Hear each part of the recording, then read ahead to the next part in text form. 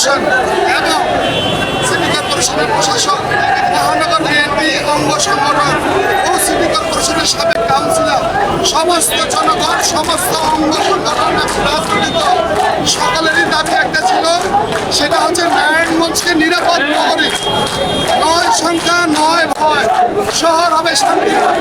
এই স্লোগানে আমরা কাজ করছিলাম। হকার ইস্যুতে আমরা যানজটে আমরা একেবারে নাগাল অবস্থায় আছি। আমরা অসুস্থ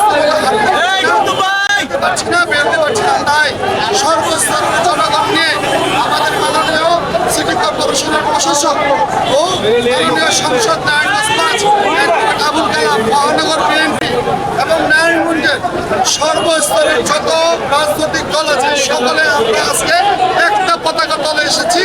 আমরা শহরকে শান্তিময় করতে চাই, হাঁটাহাঁটি বসবাসযোগ্য করতে চাই, যানজট মুক্ত করতে চাই। এই লক্ষ্যে আমরা কাজ করছি। আমরা সকলের সহযোগিতা চাই। আমার পাশে চেম্বার ডাইরেক্টর জনাব হানিফ সরকার উপস্থিত আছেন। এখানে জমিয়তুল উলামায়ের মহানগরের সেক্রেটারি মনোর ভাই আছেন, নেতা আছেন, এখানে আমাদের বিএনপি নেতা কাদের আছেন, অন্যান্য অঙ্গ সংগঠনের সদস্যরা আছেন এবং আমাদের এই যে অভিযান আমরা শুরু করবো, আমরা সকলের সহযোগিতা করবো। ধন্যবাদ।